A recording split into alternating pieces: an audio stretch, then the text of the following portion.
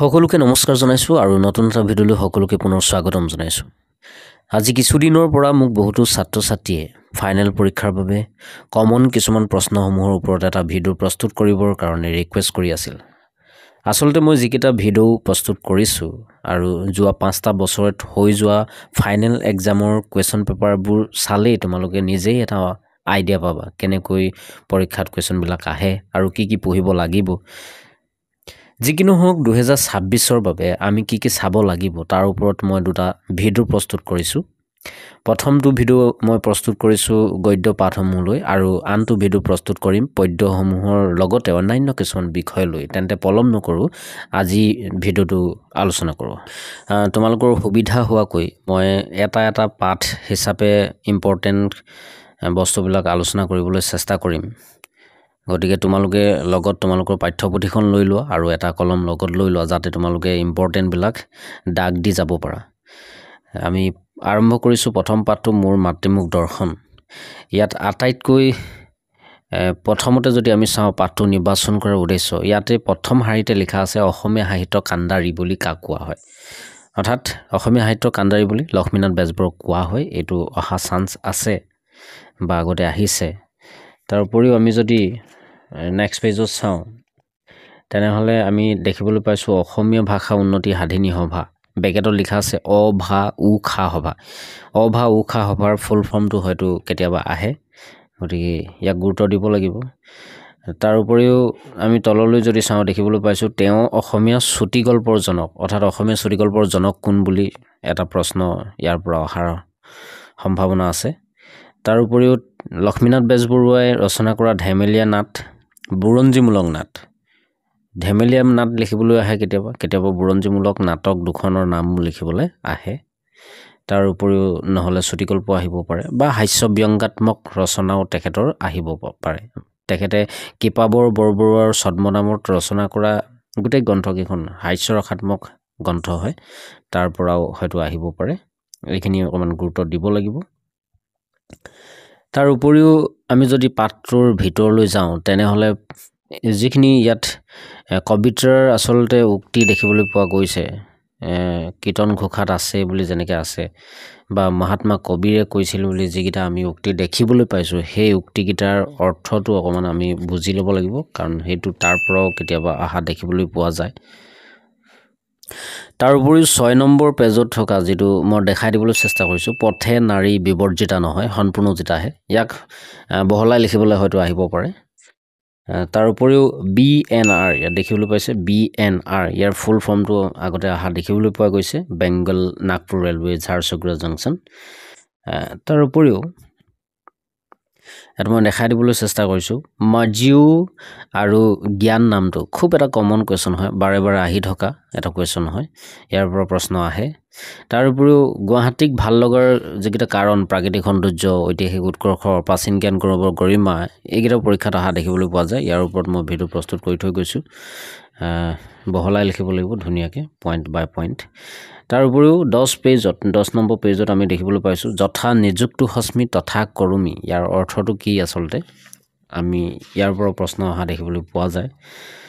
তাৰ উপৰিও 16 নম্বৰ পেজত আছে ডিব্ৰুগড় অসমীয়া তিৰোতাসকলৰ গড়গতি আৰু কাৰ্যকলাপ দেখি তেওঁ আচৰিত হৈছিল। আচলতে ডিব্ৰুগড় গোটাচেক কথাই তেখেতক সন্তোষ দিছিল। ইয়াৰ ওপৰতো প্ৰশ্ন অহা দেখিবলৈ পোৱা যায়, এইটো অকণমান ইম্পৰ্টেণ্ট হয়।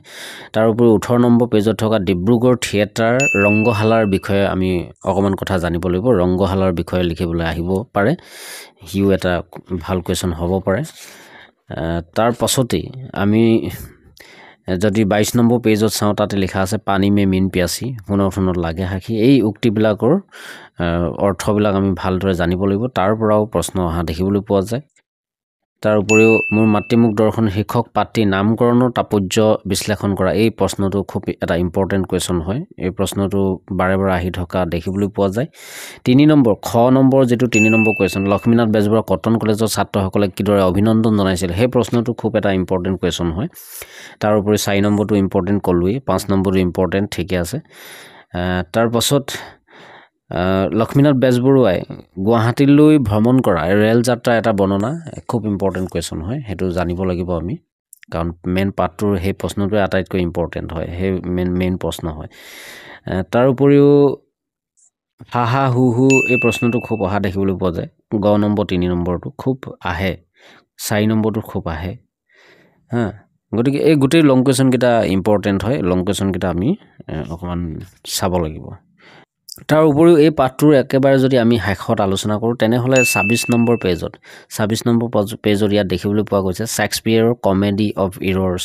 এই গ্ৰন্থখন 4জন অসমীয়াই ভাঙনি কৰি ভ্ৰমৰংগ নামেৰে প্ৰকাশ কৰিছে, আৰু সেই গোটেই 4জনৰ নাম আমি জানিব লাগিব।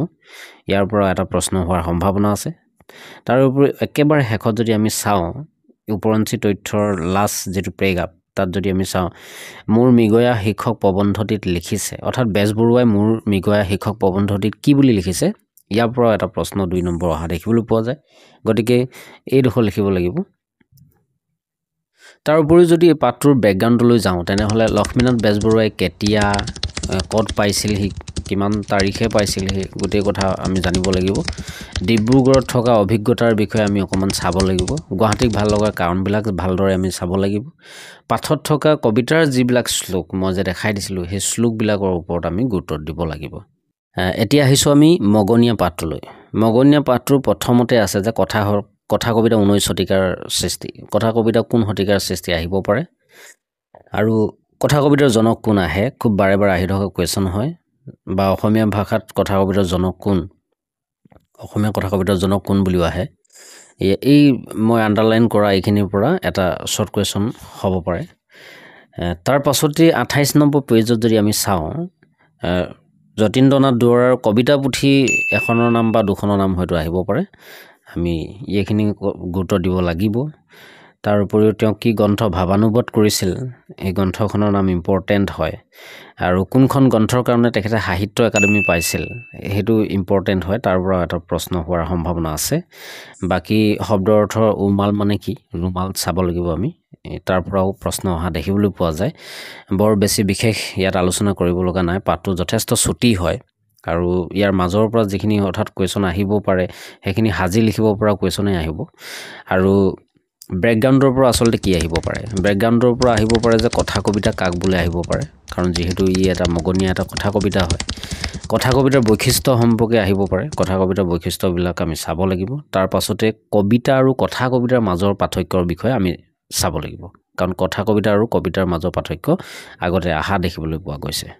তাৰ পাছতে এই পাঠটোৰ যি 30 নম্বৰ পেজত যদি আমি চাওঁ ওপৰঞ্চি তথ্যৰ যিটো 1 নম্বৰ 2 নম্বৰ খুবেই ইম্পৰ্টেণ্ট হয়, তাৰ পৰাও প্ৰশ্ন অহা দেখিবলৈ পোৱা যায়। তাৰ উপৰিও ঘ নম্বৰ 4 নম্বৰটো আমি গুৰুত্ব দিব লাগিব। মগনীয়া দুৱৰাৰ কথা কবিতা নামৰ পুথিখন ক'ৰ পৰা লোৱা হৈছে, সেই প্ৰশ্নটো কেতিয়াবা তেনেকৈ আহে। এতিয়া আহিছোঁ আমি আনন্দৰাম বৰুৱা পাঠটোলৈ। আমি যদি লেখকৰ পৰিচয় চাওঁ তেনেহ'লে তাতে দেখিবলৈ পাওঁ যে উপেন্দ্ৰ চন্দ্ৰ লেখাৰুৱে এখন বৃহৎ কলেবৰ সম্পাদনা কৰিছে, যিখনৰ নাম হৈছে কথাগুৰু চৰিত। এই প্ৰশ্নটো আগতে অহা এটা প্ৰশ্ন হয়। তাৰ উপৰিও আমি যদি 33 পেজত চাওঁ তেনেহ'লে তাত দেখিবলৈ পাইছোঁ যে মানুহৰ সাৰবস্তু হৈছে জ্ঞান, গতিকে জ্ঞানৰ মূৰ্তিয়ে হৈছে পূজনীয়, বহলাই লিখা বুলি দিব পাৰে। গতিকে এইটো গুৰুত্ব দিয়া উচিত। তাৰ উপৰিও যদি আমি 34 পেজত চাওঁ তেনেহ'লে আমি দেখিবলৈ পাওঁ যে দুৰ্লভেশ্বৰী আৰু গগৰামৰ পুত্ৰ পৰশুৰাম আৰু জানকীৰামৰ ভাতৃ, ইয়াৰ পৰাও এটা প্ৰশ্ন হ'ব পাৰে। বাপেকৰ নাম কি, মাকৰ নাম কি, বা বাইক ভনীয়েকৰ নাম কি, তেনেকৈ হয়তো আহিব পাৰে। আমি ভাতৃ বুলি কৈছে, ভাতৃ আৰু পৰশুৰাম আৰু জানকীৰামৰ ভাতৃ, অৰ্থাৎ পৰশুৰামৰ নাম বা জানকীৰামৰ নাম হয়তো আহিব পাৰে। এইকেইটা ইম্পৰ্টেণ্ট হয়, তাৰ পৰা 1 নম্বৰ অহা চান্স আছে। তাৰ পাছতেই যদি আমি চাওঁ তেনেহ'লে 35 পেজত অমৰ কোষ গ্ৰন্থখনৰ কথা আছে। ল'ৰাকালতে সেই গ্ৰন্থখন কণ্ঠস্থ কৰিছিল, তাৰ পৰাও এটা প্ৰশ্ন হয়তো আহিব পাৰে। কি কাৰণে তেখেতে চিৰকুমাৰ ব্ৰত অৱলম্বন কৰিছিল, ইয়াৰ পৰাও হয়তো এটা প্ৰশ্ন আহিব পাৰে।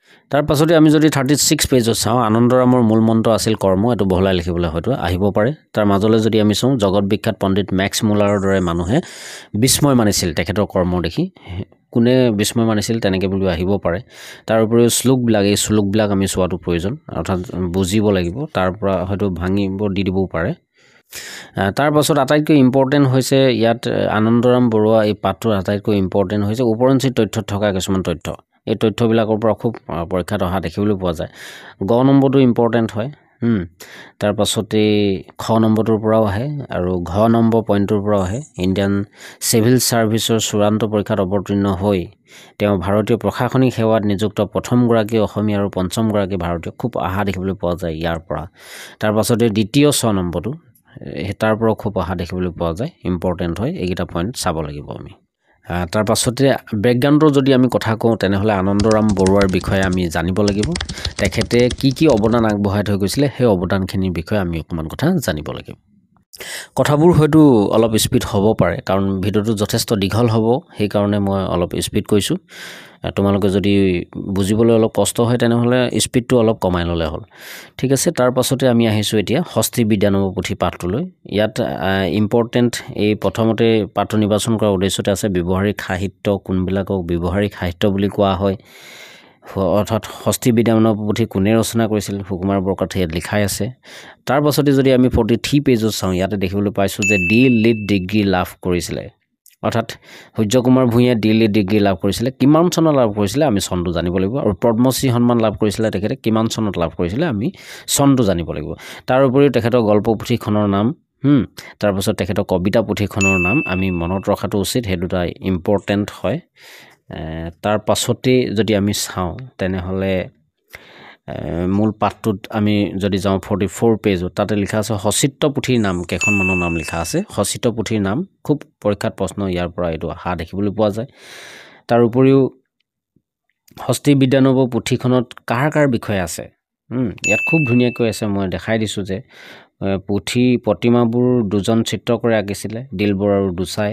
পুথিত গ্ৰন্থকাৰৰ বিষয়ে আছে, দুজনা চিত্ৰকৰৰ বিষয়ে আছে, স্বৰ্গদেউ শিৱসিংহ, বৰকৰি অম্বিকা দেৱী, সিহঁতৰ সন্তান, সিহঁতৰ বিষয়ে আছে। গতিকে এইখিনিও অকণমান ইম্পৰ্টেণ্ট, ইয়াৰ পৰা প্ৰশ্ন এটা হোৱাৰ সম্ভাৱনা আছে।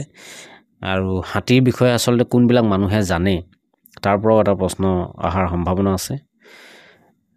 গজধ্বজ খিতাপীৰে কাক সন্মানিত কৰা হয়, ইয়াৰ পৰা এটা প্ৰশ্ন আগতে আহিছে। কামৰূপৰ যিবিলাক প্ৰাচীন নিপতিসকলে হাতীকে অসমৰ ধ্বজা ৰূপে ব্যৱহাৰ কৰিছিল, আৰু সেই নিপতিসকলক, প্ৰাচীন যিবিলাক নিপতি, সিহঁতক গজধ্বজ খিতাপীৰে বিভূষিত কৰা হৈছিল, প্ৰশ্ন আগতে আহিছে। তাৰপিছতো এই ডোখৰ পৰা প্ৰশ্ন আহে, খুব আহে। সংস্কৃত ভাষাটো হাতীৰ বিষয়ে কেইখনমান গ্ৰন্থ পোৱা যায়। পালকাব্য মুনিৰ বিৰচিত হস্তি আয়ুৰ্বেদ কোনে ৰচনা কৰিছিলে, বা মাতংগ লীলা কোনে ৰচনা কৰিছিলে, গজেন্দ্ৰ চিন্তামণি কোনে ৰচনা কৰিছিলে, যশস্তিলক বা বৃহৎ সংহিতা বা অৰ্থশাস্ত্ৰ কোনে ৰচনা কৰিছিলে, ইয়াৰ পৰা এটা শ্বৰ্ট কুৱেশ্যন অহাৰ সম্ভাৱনা আছে। তাৰপিছত আটাইতকৈ ইম্পৰ্টেণ্ট প্ৰশ্নটো হৈছে এইটো, হস্তি বিদ্যানম্বৰ পুথিৰ অন্তৰ্গত প্ৰধান বিষয়বস্তু, খুব ধুনীয়াকৈ আছে, আৰু এইটো খুব বাৰে আহি থকা এটা কুৱেশ্যন হয়, আহি থকা দেখিবলৈ পোৱা যায়। তাৰ উপৰিও এইটো ইম্পৰ্টেণ্ট, আঠু দেশৰ যশস্যা ৰূপ চন্দ্ৰতাপে আচ্ছাদন কৰিলে, ইয়াত কিমানখন দেশৰ ৰজাৰ কথা উল্লেখ কৰা আছে।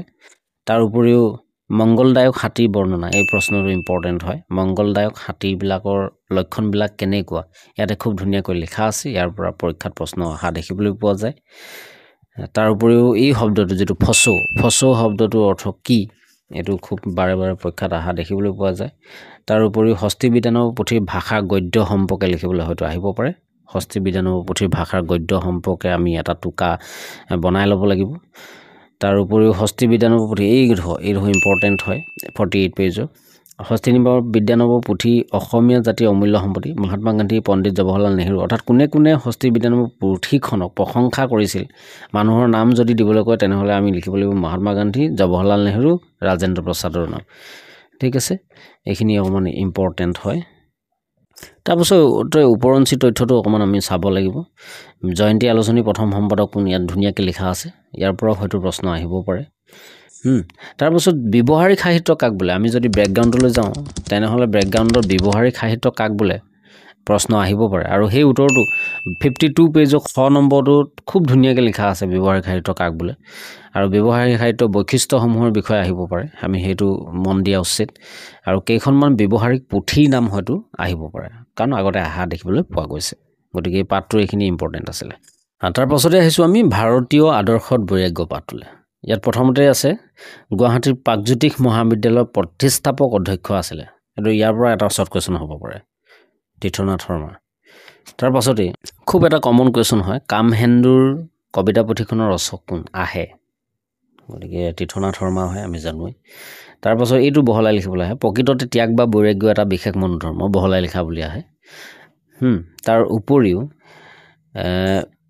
উপনিষদৰ যুগত শিক্ষা হাং কৰি গাহস্য জীৱনত প্ৰৱেশ কৰিবলৈ খোজা বিদ্যাৰ্থীক গুৰুৱে কি উপদেশ দিয়ে এই প্ৰশ্নটো খুব এটা বাৰে বাৰে আহি থকা কুৱেশ্যন হয় এই প্ৰশ্নটোৰ উত্তৰ তোমালোকে ভালদৰে চাই যাবা এইটো বাৰে বাৰে আহি থকা এটা কমন কুৱেশ্যন হয় তাৰ পাছতেই শ্ৰদ্ধয়া দেয়ম অশ্ৰদ্ধায় দেয়ম এই শ্লোকটো যিটো ইয়াৰ অৰ্থটো লিখিবলৈ আহে এটা কমন কুৱেশ্যন হয় তাৰ পাছতে এইটো তৈতৰীয়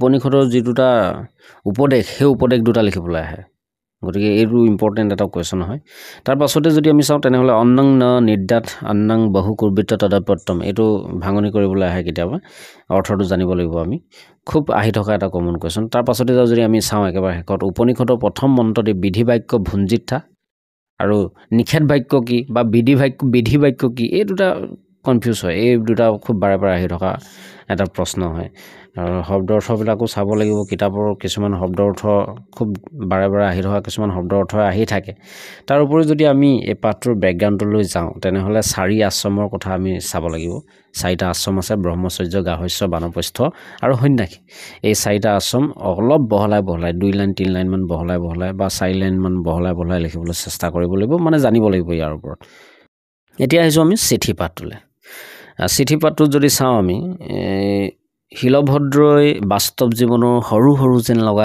ঘটনা একোটাক বিষয়বস্তু হিচাপে লৈ গল্প ৰচনা কৰে অৰ্থাৎ শিলভদ্ৰৰ গল্প এটা বৈশিষ্ট্য ইয়াতে সোমাই আছে এইটোৱে শিলভদ্ৰৰ গল্পৰ এটা বৈশিষ্ট্য লিখিবলৈ আহিব পাৰে ঠিক আছে আৰু এটা বৈশিষ্ট্য ইয়াতে আছে সৰল ভাষা আৰু মেধহীন বৰ্ণনা তেখেতৰ গল্প আন এটা বৈশিষ্ট্য শিলভদ্ৰৰ গল্প দুটা বৈশিষ্ট্য ইয়াতে আছে ইয়াৰ পৰা এটা প্ৰশ্ন হ'ব পাৰে আৰু চিঠি নামৰ যিটো চুটি গল্প ক'ৰ পৰা আনিছে এতিয়া এইটো দেখাই দিবলৈ চেষ্টা কৰিছোঁ ইয়াৰ পৰাও এটা প্ৰশ্ন হ'ব পাৰে তাৰ উপৰিও ৰেৱতী মোহন দত্তৰ চৌধুৰীৰ প্ৰকৃত নাম কি সেইটো আহিব পাৰে এইটো ইম্পৰ্টেণ্ট হয় তাৰ উপৰিও তেখেতৰ কোনখন গ্ৰন্থৰ কাৰণে অসম প্ৰকাশন পৰিষদ বঁটা লাভ কৰিছিল কোনখন গ্ৰন্থৰ কাৰণে তেখেতে সাহিত্য একাডেমী বঁটা লাভ কৰিছিল কিমান চনত লাভ কৰিছিল চনটো ইম্পৰ্টেণ্ট হয় এইকেইটা আমি মন দিব লাগিব তাৰ উপৰিও ইয়াৰ মাজৰ পৰা যদি প্ৰশ্ন আহে লং কুৱেশ্যন আহিলেতো তোমালোকে পাৰিবা কাৰণ ই এটা গল্পহে গোটেইখিনি কথা চাগে তোমালোকৰ মনত আছেই গতিকে ইমান প্ৰব্লেম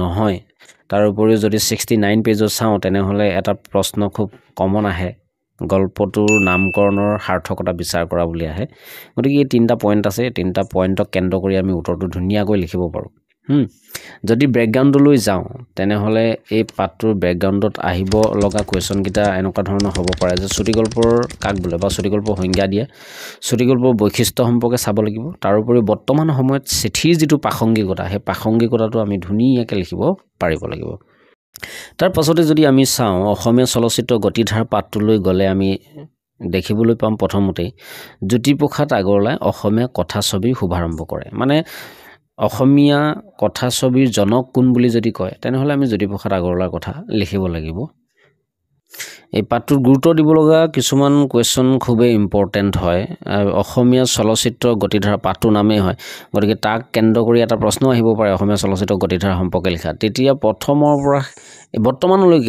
বৰ্তমানলৈকে যিমানবিলাক অসমীয়া চলচ্চিত্ৰ ওলাই আছে আমি লিখিবলৈ চেষ্টা কৰিব লাগিব কেনেদৰে গতিটো লাভ কৰি আহিছে লিখিবলৈ চেষ্টা কৰিব লাগিব ইয়াৰ ওপৰত মই ভিডিঅ' বনোৱা আছে প্ৰস্তুত কৰা আছে তোমালোকে চাই ল'ব পাৰিবা তাৰ উপৰিও কেইখনমান নাম থকা অসমীয়া চলচ্চিত্ৰ যেনেকৈ ধৰি লোৱা ইটো সিটো বহুতো জাংফাই জোনাক প্ৰতিধ্বনি ডাক্তৰ বেজবৰুৱা এই চলচ্চিত্ৰকেইখনৰ পৰিচালকৰ নামবিলাক আমি তেনেকুৱা কিছুমান ভাল চলচ্চিত্ৰ কেইখনমান নাম থকা চলচ্চিত্ৰ কেইখনমানৰ পৰিচালকৰ নামটো আমি জানিব লাগিব তাৰ পাছতে আমি জানিব লাগিব অসমীয়া চলচ্চিত্ৰলৈ বৰঙণি আগবঢ়োৱা কেইজনমান ব্যক্তিৰ অৱদানৰ বিষয়ে যেনেকৈ ধৰি লোৱা ভূপেন হাজৰিকা বা জ্যোতিপ্ৰসাদ আগৰৱালাৰ অৱদানৰ বিষয়ে বা ভৱেন্দ্ৰনাথ শইকীয়া জাহ্নু বৰুৱাৰ অৱদানৰ বিষয়ে আমি চাই থৈ দিব লাগিব কাৰণ তাৰ পৰা এটা প্ৰশ্ন অহাৰ সম্পূৰ্ণ সম্ভাৱনা আছে পাঠৰ ভিতৰত যদি চাওঁ আমি এৰাবাটৰ সুৰ ছবিখনত ভাৰতৰ বিখ্যাত প্ৰথম সংগীতজ্ঞ দুজনে কণ্ঠদান কৰাৰ কথা উল্লেখ আছে এইটো ইয়াৰ পৰা প্ৰশ্ন এটা হ'ব পাৰে তাৰ উপৰিও খাচী লোককথাৰ ভিত্তিত নিৰ্মাণ কৰা অসমীয়া চলচ্চিত্ৰখনৰ নাম কি হয় বুলি হয়তো আহিব পাৰে বা অসমীয়া চলচ্চিত্ৰ প্ৰযোজনা